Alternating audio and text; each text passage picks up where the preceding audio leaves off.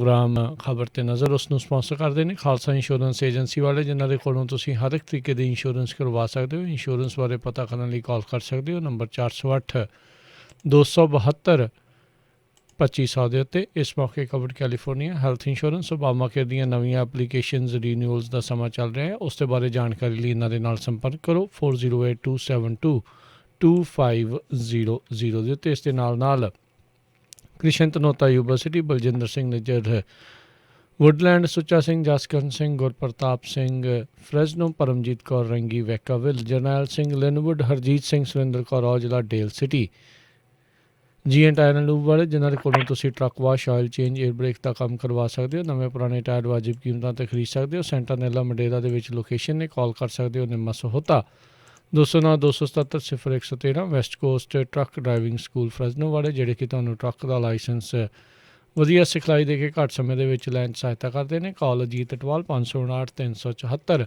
4541 ਦੇ ਉੱਤੇ। ਇਹਨਾਂ ਸਾਰਿਆਂ ਦਾ ਅਸੀਂ ਬਹੁਤ ਬਹੁਤ ਧੰਨਵਾਦ ਕਰਦੇ ਹਾਂ। ਜੇਕਰ ਤੁਸੀਂ ਜਾਂ ਕੋਈ ਹੋਰ ਕਾਰੋਬਾਰ ਵੀ ਇਸ ਪ੍ਰੋਗਰਾਮ ਨੂੰ ਸਪਾਂਸਰ ਕਰਨਾ ਚਾਹੁੰਦੇ ਹੋ, ਸੰਪਰਕ ਕਰ ਸਕਦੇ ਹੋ ਨੰਬਰ 408 722 7698 ਦੇ ਉੱਤੇ। ਅਤੇ ਮਿੰਟੂ ਜੀ, ਪ੍ਰੋਗਰਾਮ ਸ਼ੁਰੂ ਕਰਨ ਤੋਂ ਪਹਿਲਾਂ ਲੋਹੜੀ ਦੀਆਂ ਵਧਾਈਆਂ। ਅਤੇ ਕਿਸਾਨਾਂ ਦੀ ਵੀ ਕਹਿੰਦੇ ਲੋਹੜੀ ਵੀ ਦਿੱਲੀ ਦੇ ਵਿੱਚ ਸਿੰਘੂ ਬਾਰਡਰ 'ਤੇ ਕਿਸਾਨਾਂ ਨੇ ਸਾੜੀਆਂ ਖੇਤੀ ਕਾਨੂੰਨਾਂ ਦੀਆਂ ਕਾਪੀਆਂ। ਹਾਂਜੀ ਬਿਲਕੁਲ, ਦੇਖੋ ਗੱਲ ਇਹ ਆ ਕਿ ਲੋਹੜੀ ਦਾ ਇਤਿਹਾਸ ਜੁੜਦਾ ਗੁੱਲੇ ਦੇ ਨਾਲ, ਗੁੱਲਾ ਭੱਟੀ ਜੁੜਦਾ ਪੰਜਾਬ ਦੇ ਨਾਲ, ਪੰਜਾਬੀਅਤ ਦੇ ਨਾਲ। ਅੱਜ ਉਹ ਸਾਰੀਆਂ ਚੀਜ਼ਾਂ ਵੇਖ ਲਓ ਇਕੱਠੀਆਂ ਨੇ, ਤਾਂ ਜਾਂ ਕਹਿ ਲਓ ਕਿ ਦੁਬਾਰਾ ਆਪਣੇ ਆਪ ਨੂੰ ਦੁਹਰਾ ਰਹੀਆਂ, ਕਿਉਂਕਿ ਗੁੱਲੇ ਦੀ ਬਗਾਵਤ ਦਾ ਜਾਂ ਨਾਦਰੀ ਦਾ ਜਿਹੜਾ ਕਾਰਨ ਸੀਗਾ ਉਹ ਵੀ ਖੇਤੀ ਹਕੂਕ ਸੀ।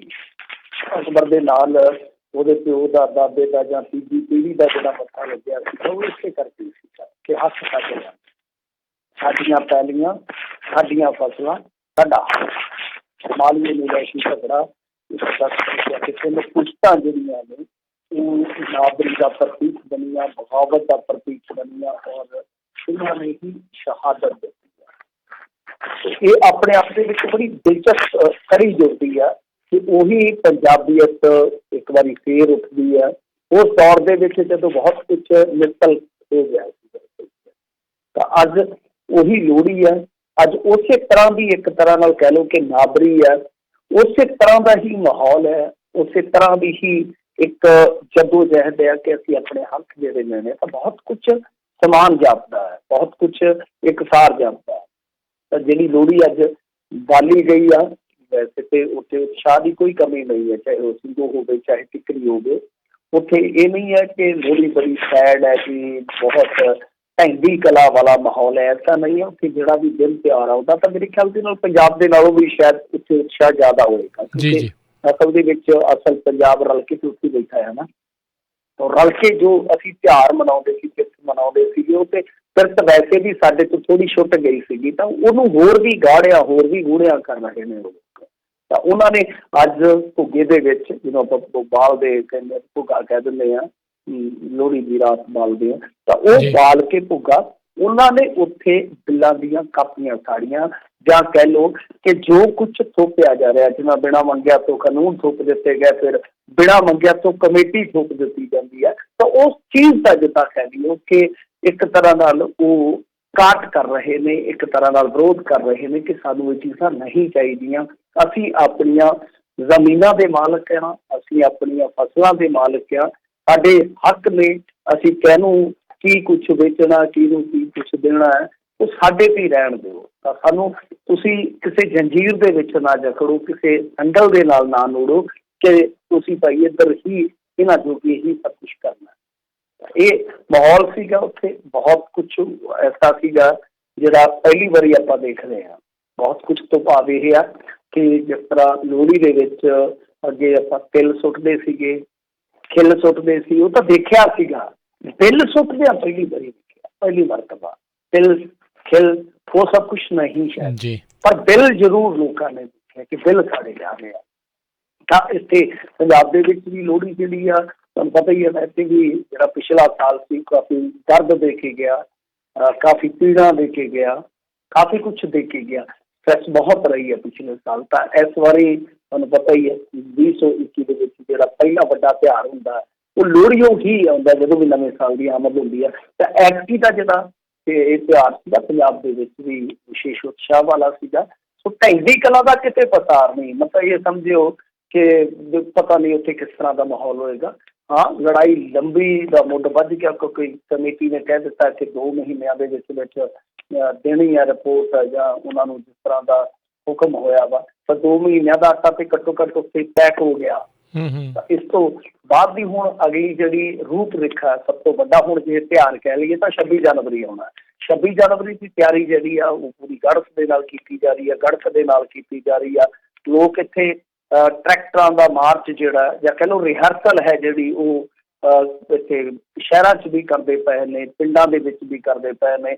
ਲੋਕਾਂ 'ਚ ਜ਼ਬਰਦਸਤ ਉਤਸ਼ਾਹ, ਲਾਮਬੰਦੀ ਖੁਦ ਹੋ ਰਹੀ ਹੈ। ਇਹ ਇੱਕ ਵੇਖਣ ਵਾਲੀ ਗੱਲ ਹੈ ਕਿ ਵੱਡੇ ਆਗੂ ਉੱਥੇ ਬੈਠੇ ਨੇ, ਬਾਵਜੂਦ ਇਸ ਤੇ ਛੋਟੇ ਛੋਟੇ ਲੀਡਰ ਜਿਹੜੇ ਆ ਜਾਂ ਕਹਿ ਲਓ ਨਵੇਂ ਨੌਜਵਾਨ ਲੀਡਰ ਉੱਠੇ ਆ, ਉਹ ਆਪਣੇ ਪੱਧਰ ਤੇ ਇੱਥੇ ਲਾਮਬੰਦੀ ਵੀ ਕਰ ਰਹੇ ਆ ਕਿ 26 ਜਨਵਰੀ ਨੂੰ ਲਾਮ ਲਸ਼ਕਰ ਏਡਾ ਜ਼ਬਰਦਸਤ ਹੋਏਗਾ ਕਿ ਲੱਖਾਂ ਦੀ ਤਾਦਾਦ ਹੋਏਗੀ ਟਰੈਕਟਰਾਂ ਦੀ, ਦੁਨੀਆ ਦੇਖੇਗੀ। ਖੈਰ ਜੇ ਆਪਾਂ ਦੇਖੀਏ ਕੁਛ ਹੋਰ ਖਬਰਾਂ ਨੂੰ, ਵੈਸੇ 2 ਬਿਆਨ ਜਿਹੜੇ ਆ ਅੱਜ ਕਾਫੀ ਚੁੱਭੇ ਆ।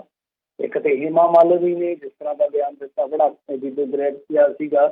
ਉਹ ਕਹਿੰਦੀ ਕਿ ਕਿਸਾਨ ਕਿਸੇ ਦੇ ਇਸ਼ਾਰੇ ਤੇ ਕੰਮ ਕਰ ਰਹੇ ਨੇ, ਇਹਨਾਂ ਨੂੰ ਤਾਂ ਇਹ ਨਹੀਂ ਜਾਣਕਾਰੀ ਕਿ ਅਸਲ ਮੁੱਦਾ ਕੀ ਹੈ।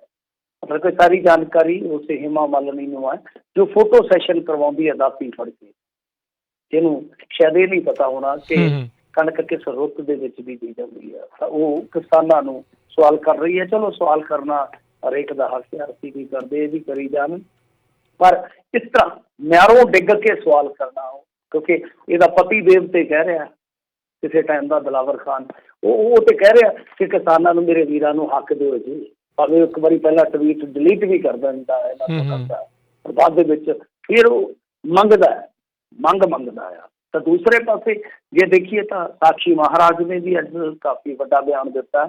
ਉਹ ਕਹਿੰਦੇ ਆ ਕਿ ਅਸਲ ਕਿਸਾਨ ਖੇਤ ਦੇ ਵਿੱਚ ਕੰਮ ਕਰ ਰਿਹਾ ਹੈ। ਪ੍ਰਦਰਸ਼ਨ ਕਰ ਰਹੇ ਲੋਕਾਂ ਵਿੱਚ ਕੁਝ ਭਟਕੇ ਹੋਏ ਕਿਸਾਨ ਹਨ, ਕੁਝ ਕਿਸਾਨ ਨਹੀਂ ਸਗੋਂ ਵੱਡੇ ਕਾਰੋਬਾਰੀ ਹਨ। ਕੁਝ ਕੋਲ 500 ਵਿਗੇ ਜ਼ਮੀਨ ਹੈ ਤੇ ਕਿਸੇ ਕੋਲ 1000 ਬਿਗਾ। ਇਹਨਾਂ ਦੇ ਪੇਟ ਵਿੱਚ ਦਰਦ ਹੈ। ਮਤਲਬ ਕਿ ਜੋ ਵੀ ਉੱਥੇ ਬੈਠੇ ਨੇ, ਜਿਹੜੇ ਪ੍ਰੋਟੈਸਟ ਕਰ ਰਹੇ ਨੇ, ਉਹ ਵੱਡੇ ਕਿਸਾਨ, ਬਹੁਤ ਵੱਡੇ ਕਿਸਾਨ, ਮਤਲਬ ਉਹਨਾਂ ਦੇ ਕਹਿਣ ਦਾ ਇਹੋ ਆ ਕਿ ਬਹੁਤ ਵੱਡੇ ਕਿਸਾਨ ਨੇ, ਧਨਾਢ ਕਿਸਾਨ ਨੇ।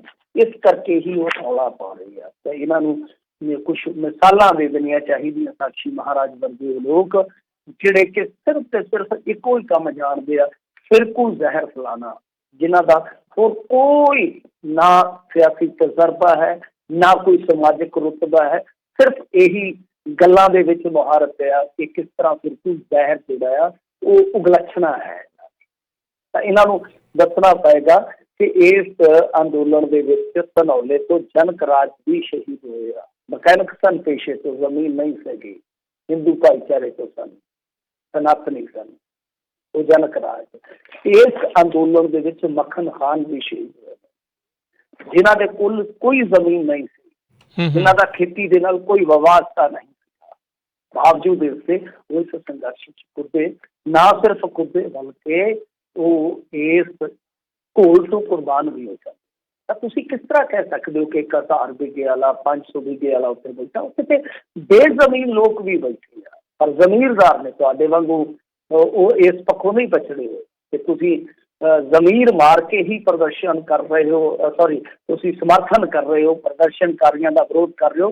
ਤੁਹਾਡੇ ਚ ਉੱਤੇ ਬਹੁਤਿਆਂ ਨੇ ਹੋ ਸਕਦਾ ਬਿਲ ਪੜ੍ਹਿਆ ਹੀ ਨਾ ਹੋ, ਇਹ ਕਾਨੂੰਨ ਚੰਗੀ ਤਰ੍ਹਾਂ ਪੜ੍ਹੇ ਨਾ ਹੋਣ। ਬਸ ਤੁਹਾਡਾ ਤੇ ਇਹ ਸੀਗਾ ਕਿ ਤੁਸੀਂ ਉੱਥੇ ਬਾਹਾਂ ਚੁੱਕ ਕੇ ਜਾਂ ਮੂੰਹ ਚੁੱਕ ਕੇ ਬਸ ਸਮਰਥਨ ਕਰ ਦਿੱਤਾ ਕਿ ਜੋ ਹੁੰਦਾ ਖਸਮਾਂ ਦਾ ਸਿਰ ਖਾਏ, ਅਸੀਂ ਮੋਦੀ ਜੀ ਦਾ, ਅਮਿਤ ਸ਼ਾਹ ਜੀ ਦਾ ਅਸੀਂ ਬਸ ਕਿਹਾ ਨਹੀਂ ਬੋਲਣਾ। ਖੈਰ ਜੰਤਰ ਮੰਤਰ ਧਰਨੇ ਤੇ ਕਾਂਗਰਸੀ ਸੰਸਦ ਮੈਂਬਰ ਵੀ ਬੈਠੇ ਆ, ਤੁਹਾਨੂੰ ਯਾਦ ਹੀ ਹੋਣਾ ਗੁਰਜੀਤ ਸਿੰਘ ਔਜਲਾ ਸਮੇਤ ਹੋਰਨਾਂ ਨੇ ਖੇਤੀ ਕਾਨੂੰਨਾਂ ਦੀਆਂ ਕਾਪੀਆਂ ਸਾੜ ਕੇ ਉੱਥੇ ਵੀ ਲੋਹੜੀ ਗਰਮ ਕੀਤੀ ਆ। ਇਸ ਤੋਂ ਇਲਾਵਾ ਬੱਬੂ ਮਾਨ ਪਹੁੰਚਿਆ ਅੱਜ ਸਿੰਘੂ ਬਾਰਡਰ ਤੇ। ਇਸ ਤੋਂ ਇਲਾਵਾ ਜੇ ਆਪਾਂ ਦੇਖੀਏ ਤਾਂ ਦਿੱਲੀ ਭੇਜਣ ਵਾਸਤੇ ਬਿਰਧ ਆਸ਼ਰਮ ਫਿਰੋਜ਼ਪੁਰ ਦੀਆਂ ਬੀਬੀਆਂ ਨੇ ਦੇਸੀ ਘਿਓ ਦੀਆਂ ਪਿੰਨੀਆਂ ਤਿਆਰ ਕੀਤੀਆਂ। ਬਕਾਇਦਾ ਵਿਧਾਇਕ ਨੂੰ ਕਿਹਾ ਸੀਗਾ ਕਿ ਸਾਡੀ ਹੈਲਪ ਕਰੋ, ਅਸੀਂ ਸੇਵਾ ਕਰਨੀਆਂ ਚਾਹੁੰਦੀਆਂ। ਤਾਂ ਫਿਰ ਉਹਨਾਂ ਦੀ ਸੁਪਤਨੀ ਨੇ ਸਾਰਾ ਸਮਾਨ ਵਗੈਰਾ ਜੋ ਸੀਗਾ ਮੁਹੱਈਆ ਕਰਵਾਇਆ, ਸ਼ਾਇਦ ਪਰਮਿੰਦਰ ਸਿੰਘ ਪਿੰਕੀ ਜਿਹੜੇ ਵਿਧਾਇਕ ਉਹਨਾਂ ਦੇ ਘਰੋਂ। ਤਾਂ ਉਹਨਾਂ ਨੇ ਸਮਾਨ ਦਿੱਤਾ ਤੇ ਇਹਨਾਂ ਬੀਬੀਆਂ ਨੇ ਬਹੁਤ ਚਾਅ ਨਾਲ ਬਹੁਤ ਰੀਝਾਂ ਨਾਲ ਇਹ ਪਿੰਨੀਆਂ ਜਿਹੜੀਆਂ ਬਣਾ ਕੇ ਕਰੀਆਂ ਜੀ। ਜੀ ਜੀ। ਅਗਲੀ ਗੱਲ ਕਰੀਏ, ਸੁਪਰੀਮ ਕੋਰਟ ਵੱਲੋਂ ਬਣਾਈ ਕਮੇਟੀ ਦੇ ਮੈਂਬਰ ਦਾ ਦਾਅਵਾ, ਸਭ ਗਲਤ ਫਹਿਮੀਆਂ ਦੂਰ ਕਰਾਂਗੇ। ਇੰਨੇ ਮਹੀਨਿਆਂ ਤੋਂ ਤਾਂ ਹੋਈਆਂ ਨਹੀਂ। ਹਾਂਜੀ ਦੇਖੋ, ਕਹਿਣ ਦੇ ਵਿੱਚ ਕੋਈ ਹਰਜ ਨਹੀਂ ਹੈ, ਬਸ ਤੁਸੀਂ ਆਪਣੀਆਂ ਗੱਲਾਂ ਜਿਹੜੀਆਂ ਉਹ ਰੱਖ ਦਿਓ। ਖੈਰ ਇਹ ਜਿਹੜੇ ਹੈਗੇ ਨੇ ਧੰਨਵਾਦ ਸਾਹਿਬ, ਅਨਿਲ ਧੰਨਵਾਦ ਸਾਹਿਬ, ਇਹਨਾਂ ਨੇ ਕਿਹਾ ਕਿ ਦੇਖੋ ਮੁਜ਼ਾਹਰਾਕਾਰੀ ਕਿਸਾਨਾਂ ਨੂੰ ਇਨਸਾਫ ਮਿਲੇਗਾ। ਤੇ ਮਹਾਰਾਸ਼ਟਰ ਦੇ ਪ੍ਰਮੁੱਖ ਕਿਸਾਨ ਸੰਗਠਨ ਸ਼ੇਤਕਾਰੀ ਸੰਗਠਨ ਦੇ ਮੁਖੀ ਆ, ਤੇ ਇਹ ਕਹਿੰਦੇ ਕਿ ਦੇਖੋ ਅੰਦੋਲਨ ਨੇ ਕਿਤੇ ਜਾ ਕੇ ਰੁਕਣਾ ਹੀ ਆ, ਕਿਸਾਨਾਂ ਦੇ ਪੱਖ ਵਿੱਚ ਇੱਕ ਕਾਨੂੰਨ ਬਣਾਇਆ ਜਾਣਾ ਚਾਹੀਦਾ। ਮਤਲਬ ਕਿ ਉਹਨਾਂ ਦੇ ਕਹਿਣ ਦਾ ਜੇ ਤੱਤ ਸਾਰ ਕੱਢੀਏ, ਸਾਰੀ ਇੰਟਰਵਿਊ ਜਿਹੜੀ ਉਹਨਾਂ ਨੇ ANI ਨੂੰ ਦਿੱਤੀ ਹੈ, ANI ਅੱਜ ਕੱਲ੍ਹ ਕਹਿ ਲਓ ਕਿ ਉਹ ਵੀ ਉਸੇ ਹੀ ਮੀਡੀਆ ਦਾ ਹਿੱਸਾ ਹੈ ਜਿਹਨੂੰ ਤੁਸੀਂ ਲੱਖੋਂ ਲੈਂਦੇ ਹੋ, ਤਾਂ ANI ਦੇ ਨਾਲ ਹੀ ਉਹ ਇੰਟਰਵਿਊ ਕਰ ਰਹੇ ਸੀਗੇ। ਫਿਰ ਇਸ ਤੋਂ ਇਲਾਵਾ ਉਹਨਾਂ ਨੇ ਮਤਲਬ ਕਿ ਪ੍ਰਵਾਸ ਦਿੱਤੀ ਹੈ ਕਿ ਮਸਲਾ ਹੱਲ ਹੋ ਜਾਏਗਾ, ਪਰ ਨਾਲ ਉਹ ਕਿਤੇ ਨਾ ਕਿਤੇ ਚੇਤਾ ਗਏ ਆ, ਨਾਲ ਕਿਤੇ ਨਾ ਕਿਤੇ ਦੱਸ ਗਏ ਆ ਕਿ ਦੇਖੋ ਜੀ ਇਹ ਜਿਹੜੀ ਗੱਲਬਾਤ ਚੱਲ ਰਹੀ ਹੈ ਇਹ ਕਿਤੇ ਨਾ ਕਿਤੇ ਗਲਤ ਫਹਿਮੀ ਤੋਂ ਉਪਜੀ ਆ। ਇਹ ਨਵੇਂ ਕਾਨੂੰਨ ਹੈ ਜਿਹੜੇ ਇਹਨਾਂ ਦੇ ਵਿੱਚ ਜਿੱਥੇ ਵੀ ਕਿਤੇ ਕੋਈ ਕਮੀ ਪੇਸ਼ੀ ਆ ਉਹਨੂੰ ਸੋਧ ਕੇ ਉਹਨੂੰ ਦੂਰ ਕਰਕੇ ਲਾਗੂ ਕਰਨਾ ਚਾਹੀਦਾ। ਮਤਲਬ ਕਿ ਆਪਣਾ ਪੱਖ ਉਹ ਰੱਖ ਰਹੇ ਨੇ, ਖੁੱਲੇ ਰੂਪ ਦੇ ਵਿੱਚ ਰੱਖ ਰਹੇ ਨੇ। ਸੋ ਉਹਨਾਂ ਦੇ ਇਹ ਕਹਿਣਾ ਕਿ ਦੇਖੋ ਜੀ ਇਹ ਜਿਹੜੀ ਹੈਗੀ ਆ ਕਮੇਟੀ ਉਹ ਬਾਅਦ ਨਹੀਂ ਹੈ, ਨਿਰਪੱਖ ਹੈ, ਉਹ ਮਸਲਾ ਹੱਲ ਕਰ ਲਏਗੀ, ਇਹ ਸਭ ਗੱਲਾਂ ਜਿਹੜੀਆਂ ਨੇ ਉਹ ਕਹਿ ਰਹੀਆਂ ਨੇ। ਕਿਉਂਕਿ ਦੇਖੋ ਤੁਸੀਂ 4 ਕਮੇਟੀ ਮੈਂਬਰ ਹੋ, ਚਾਰੇ ਹੀ ਸਰਕਾਰ ਦੇ ਹਿੱਤਕਾਰੀ ਹੋ, ਚਾਰੇ ਹੀ ਤੁਸੀਂ ਇਹ ਜਿਹੜੀ ਪਾਲਿਸੀ ਲੈ ਕੇ ਆਏ ਆ, ਮਾਫ ਕਰਨਾ, ਇਹ ਜਿਹੜੀ ਨਵੀਂ ਨੀਤੀ ਲੈ ਕੇ ਆਏ ਆ ਜਾਂ ਕਾਨੂੰਨ ਲੈ ਕੇ ਆਏ, ਤੁਸੀਂ ਚਾਰੇ ਹੀ ਉਹਦੀ ਪ੍ਰੋੜਤਾ ਕਰ ਰਹੇ ਹੋ, ਤਾਂ ਫਿਰ ਕਹਾਣੀ ਤਾਂ ਸਾਫ਼ ਹੈ ਨਾ, ਸਪਸ਼ਟ ਹੈ। ਵੈਸੇ ਤਾਂ ਮੈਂ ਕਹਿੰਦਾ ਕਿ ਅਖਲਾਕੀ ਤੌਰ 'ਤੇ ਤਾਂ ਇਹ ਚਾਹੀਦਾ ਸੀਗਾ ਨਾ ਕਿ ਜਿੰਨਾ ਰੌਲਾ ਪਿਆ ਇਹ ਆਪਣੇ ਆਪ ਨੂੰ ਜੇ ਵਿਦਵਾਨ ਸਮਝਦੇ ਆ ਤੇ ਪਾਸੇ ਹੁੰਦੇ ਲਾਂਭੇ ਹੁੰਦੇ ਕਿ ਅਸੀਂ ਬਦਨਾਮੀ ਨਹੀਂ ਖੱਟਣੀ, ਅਸੀਂ ਕਲੰਕ ਨਹੀਂ ਖੱਟਣਾ, ਅਸੀਂ ਆਪਣੇ ਸਟਾਂਸ 'ਤੇ ਖੜੇ ਹਾਂ, ਜੋ ਵੀ ਸਾਡਾ ਸਟਾਂਸ ਹੈ ਸ਼ੁਰੂ ਤੋਂ, ਜੋ ਵੀ ਸਾਡਾ ਸਟੈਂਡ ਆ ਅਸੀਂ ਉਹਦੇ 'ਤੇ ਭਾਈ ਅਡੋਲ ਆ। ਪਹਿਲੀ ਗੱਲ ਤੇ ਕਿਉਂਕਿ ਇਹਨਾਂ ਦੇ ਇਸ ਤਰ੍ਹਾਂ ਕਮੇਟੀ 'ਚੋਂ ਬਾਹਰ ਹੋਣ ਦੇ ਨਾਲ ਮੇਰੇ ਖਿਆਲ ਦੇ ਨਾਲ ਕਿਤੇ ਨਾ ਕਿਤੇ ਸੁਪਰੀਮ ਕੋਰਟ ਨੂੰ ਥੋੜ੍ਹਾ ਬਲ ਮਿਲਦਾ, ਥੋੜ੍ਹਾ ਉਹ ਜਿਹੜਾ ਭਰੋਸਾ ਟੁੱਟ ਰਿਹਾ ਲੋਕਾਂ ਦਾ ਉਹ ਕਿਤੇ ਨਾ ਕਿਤੇ ਜ਼ਰੂਰ ਵੱਧਦਾ ਕਿ ਹਾਂ ਭਾਈ ਠੀਕ ਆ, ਸੁਪਰੀਮ ਕੋਰਟ ਨੇ ਆਪਣੇ ਤਰੀਕੇ ਦੇ ਨਾਲ ਉਹਨਾਂ ਨੂੰ ਲੱਗਿਆ ਕਿ ਹਾਂ ਬਈ ਇਹ ਇਕਨੋਮਿਸਟ ਵਧੀਆ ਨੇ, ਇਹ ਕਿਸਾਨ ਲੀਡਰ ਵਧੀਆ ਨੇ, ਇਹਨਾਂ ਨੂੰ ਕਮੇਟੀ 'ਚ ਰੱਖੀਏ। ਜਦ ਉਹਨਾਂ ਦੀ ਮੁਖਾਲਫਤ ਹੋਈ, ਵਿਰੋਧ ਹੋਈ, ਤਾਂ ਉਹ ਆਪਣੇ ਆਪ ਹੀ ਚਲੇ ਗਏ। ਮਤਲਬ ਕਿ ਜੋ ਇੱਕ ਇਖਲਾਕ ਹੁੰਦਾ ਉਹ ਹਜੇ ਮਰਿਆ ਨਹੀਂ ਪੂਰੀ ਤਰ੍ਹਾਂ, ਉਹ ਜਿੰਦਾ ਹੈ। ਤਾਂ ਤੁਸੀਂ ਆਪ ਹੀ ਹੋ ਜਾਂਦੇ ਤਾਂ ਮੇਰੇ ਖਿਆਲ ਦੇ ਨਾਲ ਥੋੜ੍ਹਾ ਸੁਪਰੀਮ ਕੋਰਟ 'ਤੇ ਵੀ ਕਿਤੇ ਨਾ ਕਿਤੇ ਕਹਿ ਲਓ ਕਿ ਦਇਆ ਵਾਲਾ ਹੀ ਕੰਮ ਹੁੰਦਾ, ਪਰ ਇਹ ਲੋਕ ਜਿਹੜੇ ਆ ਉਲਟਾ ਸਫਾਈਆਂ ਦੇ ਰਹੇ ਆ। ਖੈਰ ਇਹ ਸਭ ਪਤਾ ਹੀ ਆ, ਸਾਫ਼ ਆ, ਸਪਸ਼ਟ ਆ ਕਿ ਇਹ ਜਿਹੜੇ ਕਮੇਟੀ ਮੈਂਬਰ ਆ ਉਹ ਕਿਸ ਤਰ੍ਹਾਂ ਦਾ ਨਜ਼ਰੀਆ ਰੱਖਦੇ ਆ। ਤਾਂ ਜਦੋਂ ਤੁਹਾਡੇ ਵਿਚਾਰਾਂ ਦੇ ਵਿੱਚ ਇੱਕ ਪਾਸੜ ਲਹਿਰ ਕਿਤੇ ਨਾ ਕਿਤੇ, ਇੱਕ ਪਾਸੜ ਉਸਾਰ ਕਿਤੇ ਨਾ ਕਿਤੇ ਨਜ਼ਰ ਆਵੇ ਤਾਂ ਫਿਰ ਲੋਕਾਂ ਦੇ ਸਵਾਲ ਚੁੱਕਣੇ ਜਿਹੜੇ ਉਹ ਵਾਜਬ ਆ। ਖੈਰ ਦੇਖੋ ਹੁਣ ਕੀ ਬਣਦਾ। ਮਲੇਠੀ ਮੀਟਿੰਗ ਇਹਨਾਂ ਨੇ 10 ਦਿਨ ਦੇ ਅੰਦਰ ਅੰਦਰ ਕਰਨੀ ਆ, ਉਸ ਤੋਂ ਬਾਅਦ ਫਿਰ ਇਹਨਾਂ ਨੇ 2 ਮਹੀਨਿਆਂ ਦੇ ਅੰਦਰ ਅੰਦਰ ਰਿਪੋਰਟ ਸੌਂਪਣੀ ਆ। ਰਿਪੋਰਟ ਦੇ ਵਿੱਚ ਦੇਖੋ ਮਾਹੌਲ ਇਹੋ ਹੀ ਬਣਾਇਆ ਜਾਣਾ ਆ, ਮਾਹੌਲ ਐਸਾ ਹੀ ਬਣਾਇਆ ਜਾਏਗਾ ਕਿ ਕਮੇਟੀ ਜਿਹੜੀ ਹੈ ਜੀ ਉਹ ਬਹੁਤ ਵੱਡੇ ਵੱਡੇ ਇਕਨੋਮਿਸਟ ਬੰਦਿਆਂ ਦੇ ਆਧਾਰ 'ਤੇ ਬਣਾਈ ਗਈ ਆ, ਬਹੁਤ ਵੱਡੇ ਵੱਡੇ ਲੋਕ ਇਹਦੇ ਵਿੱਚ ਸ਼ਾਮਲ ਕੀਤੇ ਗਏ ਆ, ਪਰ ਕਿਸਾਨ ਉੱਥੇ ਜਾਂਦੇ ਹੀ ਨਹੀਂ। ਤਾਂ ਮਾਹੌਲ ਇਸੇ ਤਰ੍ਹਾਂ ਦਾ ਹੀ ਆਉਣ ਵਾਲੇ ਦਿਨਾਂ 'ਚ ਸਿਰਜਿਆ ਜਾਏਗਾ। ਜੀ ਜੀ। ਤੇ ਖਬਰ ਇਹ ਵੀ ਆ ਰਹੀ ਹੈ ਮਿੰਟੂ ਜੀ ਵੀ ਕੁਝ ਕਿਸਾਨ ਸੰਗਠਨ ਜਾਣਗੇ ਕਮੇਟੀ ਦੇ ਕੋਲ, ਕਿਹੜੇ ਜਾ ਰਹੇ ਨੇ ਜੀ? ਹਾਂਜੀ ਦੇਖੋ ਇਸ ਤੇ ਵੈਸੇ ਹੈਰਾਨਗੀ ਹੁੰਦੀ ਹੈ ਨਾ, ਜੇ ਤੁਸੀਂ ਇਹ ਮੁਕੱਦਮਾ ਹੀ ਸਾਰਾ ਦੇਖੋ, ਜਿਹੜਾ ਮੁਕੱਦਮਾ ਹੀ ਕਹਾਂਗੇ ਆਪਾਂ, ਕੇਸ ਹੀ ਹੈ, ਤਾਂ ਜਿਹੜਾ ਸੁਪਰੀਮ ਕੋਰਟ ਦੇ ਵਿੱਚ ਗਿਆ ਮਾਮਲਾ, ਤਾਂ ਮਾਮਲਾ ਹੈ ਹੀ ਅਜੀਬੋ ਗਰੀਬ ਹੈ। ਇੱਕ ਲਾਅ ਸਟੂਡੈਂਟ ਉੱਠ ਕੇ ਪਟੀਸ਼ਨ ਪਾਉਂਦਾ ਹੈ ਤੇ ਇੰਡੀਆ ਦਾ ਇੱਕ ਸਭ ਤੋਂ ਮਹਿੰਗਾ ਵਕੀਲ ਉਹਦੀ ਪੈਰਵਾਈ ਕਰਦਾ ਹੈ। ਉਹ ਵਕੀਲ ਜਿਹਦੀ ਫੀਸ ਮੇਰੇ ਖਿਆਲ ਦੇ ਨਾਲ 5-6 ਲੱਖ ਰੁਪਈਆ ਹੋਏਗੀ ਮਿਨੀਮਮ ਘੱਟੋ ਘੱਟ, ਤਾਂ ਉਹ ਇੱਕ ਪੇਸ਼ੀ ਦਾ ਲੱਖਾਂ ਰੁਪਈਆ ਲੈਣ ਵਾਲਾ ਵਕੀਲ ਉੱਥੇ ਜਾ ਕੇ ਉਹਦੀ ਪਟੀਸ਼ਨ ਤੇ ਬਹਿਸ ਕਰਦਾ ਹੈ। ਇਹ ਕਮਾਲ ਦੀ ਗੱਲ ਹੈ। ਔਰ ਫਿਰ ਕਮਾਲ ਇਹ ਹੁੰਦਾ, ਤੁਸੀਂ ਇੱਕ ਨਾ ਚੀਜ਼ ਬਹੁਤ ਰੇਅਰ ਦੇਖੀ ਹੋਏਗੀ, ਸ਼ਾਇਦ ਅਮਰੀਕੀ ਇਤਿਹਾਸ ਦੇ ਵਿੱਚ ਪਤਾ ਨਹੀਂ ਵਾਪਰੀ ਹੋਏਗੀ ਜਾਂ ਨਹੀਂ, ਸਾਡੇ ਤਾਂ ਇੱਥੇ ਬਹੁਤ ਰੇਅਰ, ਅਸੀਂ ਤਾਂ ਬਹੁਤ ਘੱਟ ਦੇਖੀ ਆ ਜਾਂ ਸੁਣੀ ਆ, ਕਿ ਪਹਿਲੀ ਵਾਰੀ ਇਹ ਹੋਇਆ ਕਿ ਸਰਕਾਰ ਨੇ ਤਾਂ ਚਲੋ ਉੱਥੇ ਜਾਣਾ ਹੀ ਸੀਗਾ ਇਸ ਪ੍ਰੋਟੈਸਟ ਦੇ ਉਲਟ, ਕਿ ਕੁਝ ਕਿਸਾਨ ਸੰਗਠਨ ਆਪਣੇ ਆਪ ਨੂੰ ਦੱਸਣ ਵਾਲੇ, ਜਾਂ ਕਹਿ ਲਓ ਕਿ ਇਸ ਤਰ੍ਹਾਂ ਦੇ ਲੋਕ ਜਿਹੜੇ ਆ, ਉਹ ਜਾ ਕੇ PIL ਦਾਖਲ ਕਰਦੇ ਆ ਕਿ ਦੇਖੋ ਜੀ ਅਸੀਂ ਕਿਸਾਨ ਲੋਕਾਂ ਦੇ ਵਿਰੋਧ ਦੇ ਵਿੱਚ, ਮਤਲਬ ਕਿ ਜੋ ਪ੍ਰੋਟੈਸਟ ਕਰ ਰਹੇ ਆ, ਅਸੀਂ ਸਰਕਾਰੀ ਨੀਤੀਆਂ ਦੇ ਸਮਰਥਕ ਆ, ਸਾਡੀ ਵੀ ਸੁਣਵਾਈ ਕਰੋ, ਬਸ ਕਰ ਲਓ ਕਿ ਉਹਨੂੰ ਬਣਦਾ। ਇਹ ਪਹਿਲੀ ਵਾਰੀ ਹੋਏਗਾ ਕਿ ਕਿਸਾਨਾਂ ਨੂੰ ਸਮਰਥਨ ਦੇਣ ਲਈ ਉੱਥੇ ਸੁਪਰੀਮ ਕੋਰਟ 'ਚ ਪਹੁੰਚ ਜਾਂਦੇ। ਹੈਰਾਨਗੀ ਵਾਲੀ ਗੱਲ ਹੈ ਨਾ।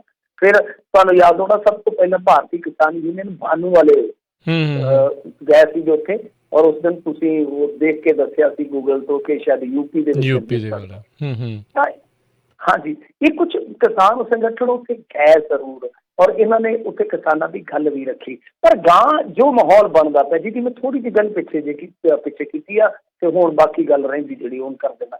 ਮਤਲਬ ਇਹ ਆ ਕਿ ਦੇਖੋ ਉੱਥੇ ਜਿਹੜੇ ਵਕੀਲ ਸੀਗੇ AP ਸਿੰਘ, ਜਿਹੜੇ ਕਿ ਭਾਰਤੀ ਕਿਸਾਨ ਯੂਨੀਅਨ ਬਾਨੂ ਦੇ ਹੀ ਵਕੀਲ ਸੀਗੇ, ਉਹਨਾਂ ਨੇ 2 ਗੱਲਾਂ ਉੱਥੇ ਕਹੀਆਂ ਨੇ ਹਾਈ ਕੋਰਟ ਦੇ ਵਿੱਚ, ਕਿ ਇੱਕ ਤੇ ਇਹ ਆ ਕਿ ਦੇਖੋ ਜੀ ਔਰਤਾਂ ਜਾਂ ਬਜ਼ੁਰਗ ਜਿਹੜੇ ਆ ਉਹ ਇਸ ਪ੍ਰੋਟੈਸਟ ਤੋਂ ਚਲੇ ਜਾਣ, ਮਤਲਬ ਕਿ ਮੈਂ ਇਸ ਗੱਲ ਦੀ ਹਾਮੀ ਕਰਦਾ ਵਾਂ, ਚਲੇ ਜਾਣਗੇ। ਤਾਂ ਦੂਸਰੇ ਪਾਸੇ ਉਹ ਕੀ ਕਹਿੰਦੇ ਨੇ ਕਿ ਕਮੇਟੀ ਦੇ ਨਾਲ ਸਾਡਾ ਸੰਗਠਨ ਗੱਲਬਾਤ ਕਰੇਗਾ। 2 ਚੀਜ਼ਾਂ, ਔਰ 2 ਚੀਜ਼ਾਂ ਕਿਹਦੇ ਹੱਕ 'ਚ ਹੈ ਤੁਸੀਂ ਆਪ ਹੀ ਸਮਝ ਸਕਦੇ ਹੋ। ਹੁਣ ਉਹਨਾਂ ਦਾ ਆਪਣਾ ਸਟੈਂਡ ਹੈ, ਉਹ ਆਜ਼ਾਦ ਨਹੀਂ, ਜੋ ਮਰਜ਼ੀ ਸਟੈਂਡ ਲੈ ਸਕਦੇ ਆ। ਪਰ ਸਭ ਤੋਂ ਵੱਡਾ ਇੱਥੇ ਸਵਾਲ ਜਿਹੜਾ ਹੈ ਉਹ ਇਹ ਵੀ ਖੜਾ ਹੁੰਦਾ ਹੈ ਕਿ ਬੀਬੀਆਂ ਨੇ ਫ੍ਰੈਂਚ ਕ੍ਰਾਂਤੀ ਦੇ ਵਿੱਚ ਬਹੁਤ ਵੱਡਾ ਯੋਗਦਾਨ ਪਾਇਆ ਸੀਗਾ। ਬੀਬੀਆਂ ਨੇ ਇੰਡੀਆ ਦੇ ਆਜ਼ਾਦੀ ਦੀ ਲੜਾਈ ਦੇ ਵਿੱਚ ਬਹੁਤ ਵੱਡਾ ਯੋਗਦਾਨ ਪਾਇਆ। ਉਸ ਤੋਂ ਬਾਅਦ ਡਿਵੈਲਪਮੈਂਟ ਦੇ ਵਿੱਚ, ਖੇਤੀ ਦੇ ਵਿੱਚ ਬਹੁਤ ਵੱਡਾ ਯੋਗਦਾਨ ਹੈ ਬੀਬੀਆਂ ਦਾ। ਤੇ ਸਾਡੇ CBI ਸਾਹਿਬ ਵੀ ਕਹਿੰਦੇ ਕਿ ਔਰਤਾਂ ਨੂੰ ਮੁੜ ਜਾਣਾ ਚਾਹੀਦਾ। ਉਹਨਾਂ ਨੂੰ ਇੱਥੇ ਕਿਉਂ ਰੱਖਿਆ ਸ਼ਬਦ ਹੀ ਆਪਣੇ ਆਪ ਦੇ ਵਿੱਚ ਦੇਖੋ ਨਾ ਕੀ ਮਾਇਨੇ ਰੱਖਦਾ, ਰੱਖਿਆ। ਸੋ ਦੂਜੀ ਚੀਜ਼ ਜਿਹੜੀ ਮਹੱਤਵਪੂਰਨ ਹੈ, ਇੱਕ ਤਮਿਲਨਾਡੂ ਦਾ ਕਿਸਾਨ ਸੰਗਠਨ ਹੈ, ਉਹ ਕਹਿੰਦਾ ਕਿ ਅਸੀਂ ਜਾਣਾ ਦੱਖਣ ਦੇ ਵਿੱਚੋਂ। ਦੱਖਣ ਦੇ ਕਿਸਾਨ ਜਿਹੜੇ ਆ ਉਹ ਤੇ ਨਰਿੰਦਰ ਮੋਦੀ ਦਾ ਦੇਖੋ ਨਾ ਕਿ ਕਿਸ ਤਰ੍ਹਾਂ ਇੱਥੇ ਆ ਕੇ ਸਿਆਪਾ ਕਰਦੇ ਰਹੇ। ਚੂਹੇ ਕਦੇ ਮੂੰਹ ਦੇ ਵਿੱਚ ਪਾ, ਕਦੇ ਖੋਪੜੀਆਂ ਗਲ 'ਚ ਲਟਕਾ, ਕਦੇ ਪਿਸ਼ਾਬ ਮੂੰਹ ਨੂੰ ਲਾ, ਉਹ ਪ੍ਰਦਰਸ਼ਨ ਕਰਦੇ ਰਹੇ ਤੇ ਪਿੱਟ ਸਿਆਪਾ ਕਰਦੇ ਰਹੇ ਮੋਦੀ ਸਰਕਾਰ ਦਾ। ਤਾਂ ਉੱਥੋਂ ਕੋਈ ਸੰਗਠਨ ਆ ਗਿਆ, ਕਹਿੰਦੇ ਜੀ ਅਸੀਂ ਵੀ ਕਮੇਟੀ ਕੋਈ ਜਾਵਾਂਗੇ। ਫਿਰ ਇੱਕ ਕੋਈ ਮਹਾ ਪੰਚਾਇਤ ਆ, ਕਿਸਾਨ ਮਹਾ ਪੰਚਾਇਤ, ਉਹ ਕਹਿੰਦੇ ਜਾਈ ਜਾਓ ਭਾਈ, ਜਾਈ ਜਾਓ। ਪਰ ਜਿਹੜੇ ਲੋਕ ਬਾਰਡਰ ਤੇ ਬੈਠੇ ਆ, ਜਿਹੜੇ ਗਾਡਰ ਤੇ ਬੈਠੇ ਆ, ਮਾਫ਼ ਕਰਨਾ ਮੈਨੂੰ ਤੁਹਾਨੂੰ ਪਤਾ ਹੀ ਹੈ ਪਿਛਲੇ ਕੁਛ ਦਿਨਾਂ ਤੋਂ ਖਾਂਸੀ ਆਉਂਦੀ ਆ, ਤਾਂ ਉਹ ਗਾਡਰ ਤੇ ਬੈਠੇ ਜਿਹੜੇ ਕਈ ਲੋਕ ਮਹੀਨਿਆਂ ਤੋਂ, ਫਿਰ ਜਿਹੜੇ ਲੋਕ ਹੁਣ ਦਿੱਲੀ ਬਾਰਡਰ ਤੇ ਬੈਠੇ ਆ, ਉਹਨਾਂ ਦੇ ਵਿੱਚੋਂ ਤਾਂ ਕਿਸੇ ਨੇ ਨਹੀਂ ਕਿਹਾ, ਜਿਹੜੇ 6 ਮਹੀਨੇ ਹੋ ਗਏ ਆਪਣੇ ਘਰ ਵੀ ਨਹੀਂ ਆਏ ਸ਼ਾਇਦ, ਮੇਰੇ ਖਿਆਲ ਦੇ ਨਾਲ ਜੇ ਲੀਡਰਾਂ ਨੂੰ ਆਪਾਂ ਦੇਖੀਏ ਉਹਨਾਂ ਨੂੰ ਤਾਂ 6 ਮਹੀਨਾ ਹੋ ਗਿਆ ਇੱਕ ਤਰ੍ਹਾਂ ਦਾ ਲਗਾਤਾਰ ਘਰ ਛੱਡੇ ਬੈਠੇ ਆ, ਮਸਲਸਲ ਇਸੇ ਕੰਮ ਦੇ ਵਿੱਚ, ਇਸੇ ਚੱਕਰ ਦੇ ਵਿੱਚ।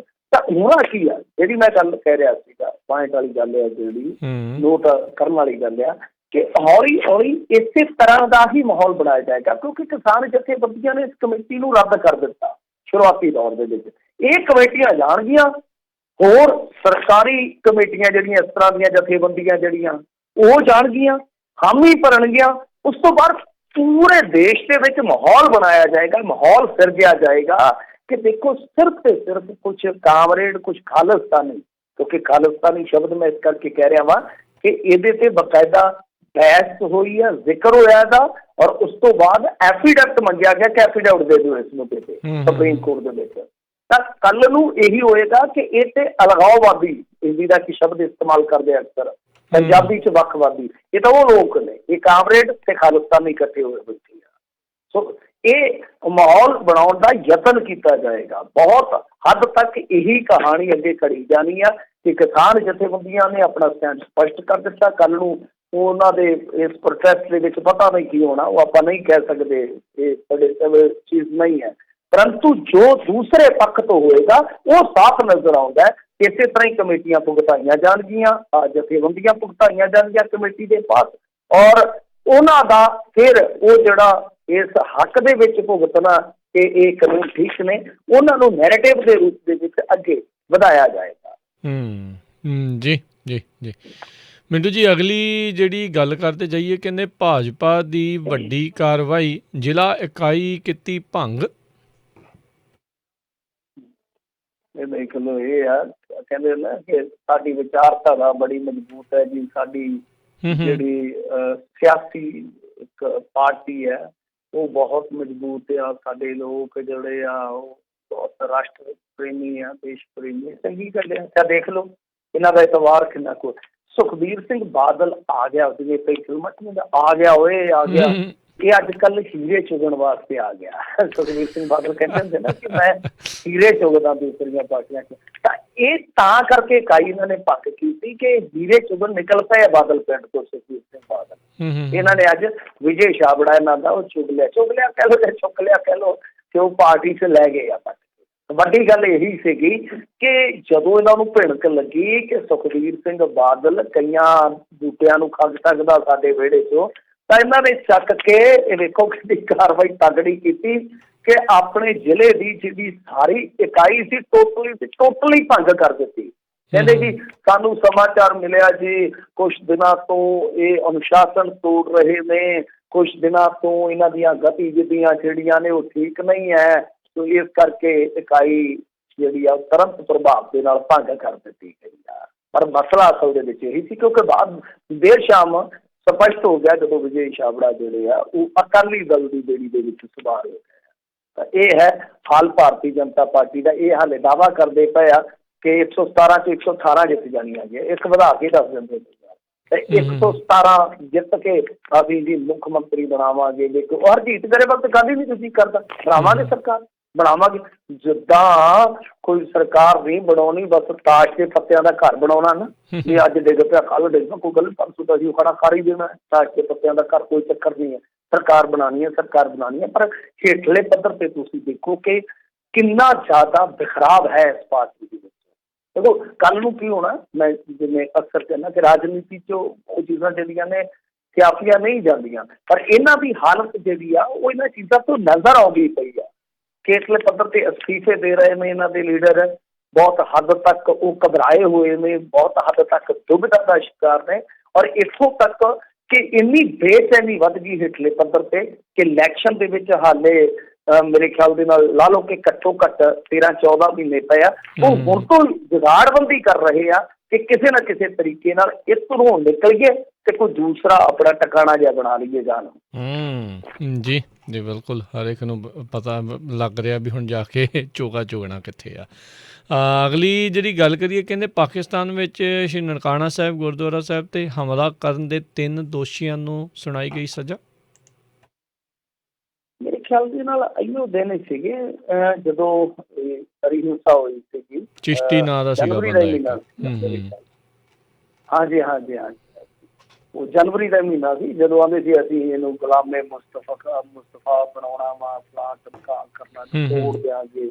ਉਹ ਇਸ ਤਰ੍ਹਾਂ ਦਾ ਇੱਕ ਹਮਲਾ ਕੀਤਾ ਗਿਆ ਸੀ, ਬੜਾ ਦਿਲ ਨੂੰ ਕਹਿ ਲਓ ਕਿ ਵਲੂੰਦਰਨ ਵਾਲਾ ਸੀਗਾ, ਆਸਥਾਵਾਂ ਨੂੰ ਲੂਣ ਵਾਲਾ ਮਸਲਾ ਸੀਗਾ ਉਹ, ਤੇ ਸਾਰੀ ਦੁਨੀਆ ਦੇ ਵਿੱਚ ਹੀ ਉਹ ਫੁਟੇਜ ਗਈ ਸੀ। ਉਸ ਤੋਂ ਬਾਅਦ ਨਾਲ ਦੀ ਨਾਲ ਇਹਨਾਂ ਨੇ ਉਹ ਬੰਦੇ ਜਿਹੜੇ ਅਰੈਸਟ ਕਰ ਲਏ ਸੀ। ਸੋ ਉਸ ਮਾਮਲੇ ਦੇ ਵਿੱਚ ਹੁਣ ਆਇਆ ਫੈਸਲਾ। ਹਾਂ ਬਿਲਕੁਲ, ਉਹਦਾ ਨਾਮ ਸ਼ਾਇਦ ਇਮਰਾਨ ਚਿਸ਼ਤੀ ਸੀਗਾ।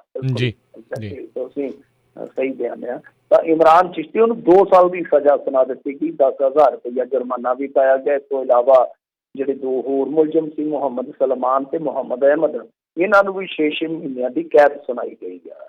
ਹਾਲਾਂਕਿ 4-5 ਐਸੇ ਹੈਗੇ ਸੀਗੇ ਕਥਿਤ ਦੋਸ਼ੀ ਜਿਨ੍ਹਾਂ ਨੂੰ ਸਬੂਤਾਂ ਦੀ ਘਾਟ ਕਰਕੇ ਬਰੀ ਕਰ ਦਿੱਤਾ ਗਿਆ। ਹਾਲਾਂਕਿ ਸਜ਼ਾ ਥੋੜ੍ਹੀ ਹੈ ਜੋ ਉਹਨਾਂ ਨੇ ਗੁਨਾਹ ਕੀਤਾ, ਕਿਉਂਕਿ ਤੁਹਾਨੂੰ ਪਤਾ ਹੀ ਹੈ ਚਿਸ਼ਤੀ ਹੋਰਾਂ ਦਾ ਰੌਲਾ ਤਾਂ ਹੋਰ ਸੀਗਾ, 2 ਪਰਿਵਾਰਾਂ ਦਾ ਆਪਸ ਦੇ ਵਿੱਚ, ਤੁਹਾਨੂੰ ਪਤਾ ਹੀ ਜਿਸ ਤਰ੍ਹਾਂ ਕੁੜੀ ਮੁੰਡੇ ਦਾ ਰੌਲਾ ਸੀਗਾ, ਧਰਮ ਪਰਿਵਰਤਨ ਨਾਲ ਜੁੜ ਗਿਆ।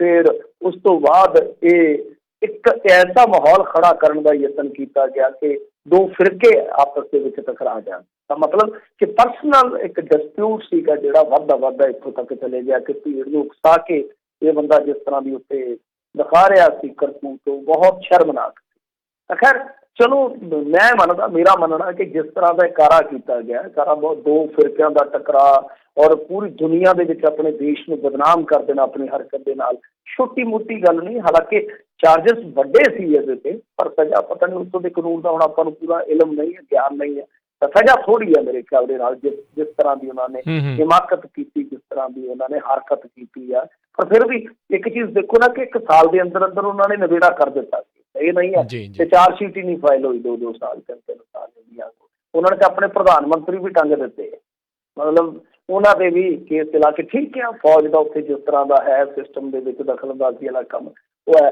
ਪਰ ਕਈ ਮੌਕਿਆਂ ਤੇ ਉਹ ਨਜ਼ੀਰਾਂ ਵੀ ਬੜੀਆਂ ਵਧੀਆ ਸੈੱਟ ਕਰ ਜਾਂਦੇ ਨੇ। ਪਰ ਉਹਨਾਂ ਨੂੰ ਇਹੋ ਜਿਹੇ ਮਾਮਲਿਆਂ ਦੇ ਨਾਲ ਸਖਤੀ ਨਾਲ ਹੀ ਨਿਪਟਣਾ ਪਊਗਾ, ਕਿਉਂਕਿ ਇਸ ਘਟਨਾ ਤੋਂ ਬਾਅਦ 2 ਮੰਦਿਰ ਵੀ ਤੁਹਾਨੂੰ ਯਾਦ ਹੋਣਾ, 2 ਮੰਦਿਰਾਂ ਦਾ ਵੀ ਨੁਕਸਾਨ ਕੀਤਾ ਗਿਆ। ਇੱਕ ਤਾਂ ਪਿੱਛੇ ਜੇ ਮੇਰੇ ਖਿਆਲ ਦੇ ਨਾਲ ਸਾੜ ਦਿੱਤਾ ਗਿਆ ਸੀਗਾ।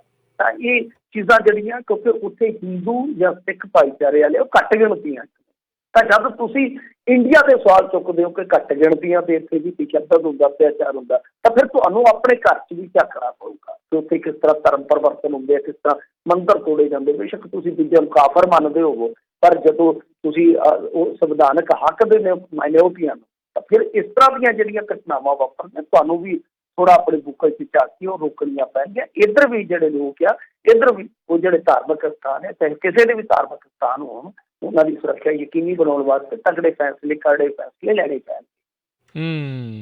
ਜੀ ਜੀ ਜੀ ਜਾਂਦੇ ਜਾਂਦੇ ਮਿੰਟੂ ਜੀ ਗੱਲ ਕਰੀਏ ਮਿੱਠੂ ਮਦਾਨ ਤੇ ਆਖਿਰਕਾਰ ਕੇਸ ਦਰਜ ਹੋਇਆ। ਇਹ ਸਿੱਧੂਆਂ ਦਾ ਮਿੱਠਾ ਹੈ, ਤੁਹਾਨੂੰ ਪਤਾ ਹੀ ਹੈ। ਸਿੱਧੂ ਕੌਣ? 2 ਸਿੱਧੂਆਂ, ਬੀਬੀ ਨਵਜੋਤ ਕੌਰ ਸਿੱਧੂ ਤੇ ਬੀਬਾ ਨਵਜੋਤ ਸਿੰਘ ਸਿੱਧੂ। ਉਹ ਵੀ ਬੀਬਾ ਬੰਦਾ ਹੈ। ਅੱਜ ਕੱਲ੍ਹ ਤੁਹਾਨੂੰ ਪਤਾ ਯੂਟਿਊਬ ਤੇ ਬੜਾ ਮਸ਼ਹੂਰ ਰਹਿੰਦਾ, ਫੇਸਬੁੱਕ ਤੇ ਮਸ਼ਹੂਰ ਰਹਿੰਦਾ। ਉਹ ਜਿੱਦਾਂ ਉਹ ਫੈਸ਼ਨ ਸ਼ੋਅ ਹੁੰਦਾ ਹੈ ਨਾ, ਜਿਹਦੇ 'ਚ ਕੈਟ ਵਾਕ ਕਰਦੇ ਆ, ਇੱਦਾਂ ਜਿਵੇਂ ਫੈਸ਼ਨ ਸ਼ੋਅ ਦੇ ਵਿੱਚ ਹਿੱਸਾ ਲੈਣਾ ਹੁੰਦਾ, ਵੰਨ-ਸਵੰਨੀਆਂ ਫੋਟੋਆਂ ਹੀ ਪਾਈ ਆਉਂਦਾ ਵਿਹਲਾ ਬੈਠਾ, ਜਿਵੇਂ ਕੱਪੜਿਆਂ ਦਾ ਪ੍ਰਦਰਸ਼ਨ ਕਰਨਾ ਹੁੰਦਾ। ਤਾਂ ਖੈਰ ਚਲੋ ਉਹ ਤੇ ਹਾਲੇ ਕਿਸੇ ਪਾਸੇ ਚਲੋ ਚਲੇ ਜਾਂਦੇ ਤੇ ਸੁਰਖੀਆਂ ਸਾਰਖੀਆਂ ਬਟੋਰ ਲੈਂਦੇ ਆ। ਪਰ ਇਹ ਜਿਹੜਾ ਇਹਨਾਂ ਦਾ ਲਾਡਲਾ ਹੈ ਮਿੱਠੂ ਮਦਾਨ, ਤੁਹਾਨੂੰ ਚੇਤਾ ਹੋਣਾ ਹੈ ਕਿ ਜਦੋਂ ਹੋਇਆ ਸੀਗਾ ਦੁਸਹਿਰੇ ਵਾਲਾ ਹਾਦਸਾ, ਇਹ ਹਾਦਸਾ, ਉਦੋਂ ਇਸ ਬੰਦੇ ਦਾ ਨਾਂ ਤੁਸੀਂ ਆਮ ਹੀ ਸੁਣਿਆ ਹੋਣਾ, ਮਿੱਠੂ ਮਦਾਨ ਜੀ। ਤੇ ਉਦੋਂ ਕੁਛ ਖਬਰਾਂ ਇਹਨੂੰ MC ਦੱਸਦੇ ਆ, ਅਸਲ ਦੇ ਵਿੱਚ MC ਵੀ ਹੈ ਨਹੀਂ ਗਾ। ਇਹ ਵੈਸੇ ਸਾਡਾ ਸਿਆਸੀ ਤਾਣਾ ਬਾਣਾ ਉਹਦਾ ਬੇੜਾ ਗਰਕ ਹੋਇਆ ਕਿ ਕਿਸੇ ਦਾ ਪਿਓ ਸਰਪੰਚ ਬਣ ਜਾਵੇ ਤੇ ਉਹ ਸਾਰੇ ਪਿੰਡ ਨੂੰ ਦਾ ਮੁੰਡਾ ਜਿਹੜਾ ਕਾਕਾ ਹੁੰਦਾ ਉਹ ਜਗੀਰ ਸਮਝੀ ਬੈਠਾ ਹੁੰਦਾ। ਸਹੀ ਗੱਲ, ਇਹ ਨਹੀਂ ਹੁੰਦਾ ਕਿ ਉਹ ਇੱਕ ਪਿੰਡ ਦਾ ਸਰਵੈਂਟ ਹੈ, ਸੇਵਾਦਾਰ।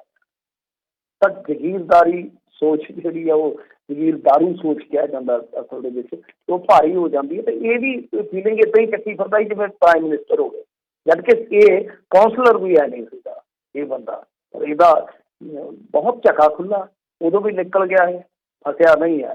ਹਾਲਾਂਕਿ ਉਦੋਂ ਸਕੰਜਾ ਬਹੁਤ ਸਖਤੀ ਨਾਲ ਇਹਦੇ 'ਤੇ ਕੱਸਿਆ ਗਿਆ ਸੀਗਾ। ਇਸ ਤੋਂ ਇਲਾਵਾ ਹੁਣ ਜਿਹੜੀ ਘਟਨਾ ਵਾਪਰੀ ਆ ਉਹਦੇ ਵਿੱਚ ਇਹ ਆ ਕਿ ਕੋਈ ਇਹਦਾ ਰਿਲੇਟਿਵ ਚੱਲ ਵਸਿਆ ਸੀਗਾ, ਉਹਦਾ ਕੋਈ ਲੈਣ ਦੇਣ ਦਾ ਡਿਸਪਿਊਟ ਸੀਗਾ। ਵੀਡੀਓ ਆਈ ਜਿਹਦੇ 'ਚ ਕਥਿਤ ਤੌਰ 'ਤੇ ਕਹਿ ਲਓ ਕਿ ਕੁੱਟਮਾਰ ਹੋ ਰਹੀ ਹੈ ਜੋ ਪੀੜਤ ਫੈਮਿਲੀ ਆ। ਤਾਂ ਉਹ ਕਾਫੀ ਜ਼ਿਆਦਾ ਵਿਚਾਰੇ ਰੋਂਦੇ ਕਰਲਾਉਂਦੇ ਰਹੇ ਤੇ ਉਹਨਾਂ ਦੀ ਕਿਸੇ ਨੇ ਗੱਲ ਨਹੀਂ ਸੁਣੀ, ਪਰਚਾ ਨਹੀਂ ਦਰਜ ਕੀਤਾ। ਫਿਰ ਜਦੋਂ ਮਾਮਲਾ ਹਾਈ ਪ੍ਰੋਫਾਈਲ ਬਣ ਗਿਆ, ਮੀਡੀਆ 'ਚ ਕਾਫੀ ਕਵਰੇਜ ਹੋਈ, ਉਸ ਤੋਂ ਬਾਅਦ ਚੌਥੇ ਦਿਨ ਜਾ ਕੇ ਇਹਦੇ 'ਤੇ FIR ਜਿਹੜੀ ਆ ਲੌਂਚ ਕੀਤੀ ਗਈ ਆ।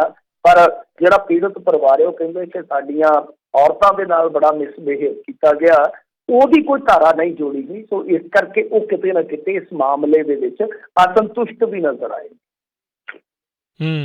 ਜੀ ਜੀ ਬਿਲਕੁਲ। ਅਤੇ ਮਿੰਟੂ ਜੀ ਬਹੁਤ ਬਹੁਤ ਤੁਹਾਡਾ ਧੰਨਵਾਦ ਕਰਦੇ ਹਾਂ, ਤੁਸੀਂ ਸਾਡੇ ਨਾਲ ਜੁੜੇ, ਇਹਨਾਂ ਖਬਰਾਂ ਬਾਰੇ ਜਾਣਕਾਰੀ ਦਿੱਤੀਆਂ। ਮਿਹਰਬਾਨੀ, ਸਤਿ ਸ਼੍ਰੀ ਅਕਾਲ ਜੀ। ਅਤੇ ਇਸ ਤੋਂ ਉੱਥੇ ਸਾਡਾ ਅੱਜ ਦਾ ਇਹ ਪ੍ਰੋਗਰਾਮ ਹੁਣ ਸਮਾਪਤ ਹੈ। ਮਿਲਦੇ ਹਾਂ ਅਗਲੀ ਵਾਰ ਤੱਕ ਲਈ ਮੇਰੇ ਵੱਲੋਂ ਵੀ ਤੁਹਾਨੂੰ ਸਭ ਨੂੰ ਸਤਿ ਸ਼੍ਰੀ ਅਕਾਲ। ਸੁਣਦੇ ਰਹੋ ਪੰਜਾਬੀ ਰੇਡੀਓ USA।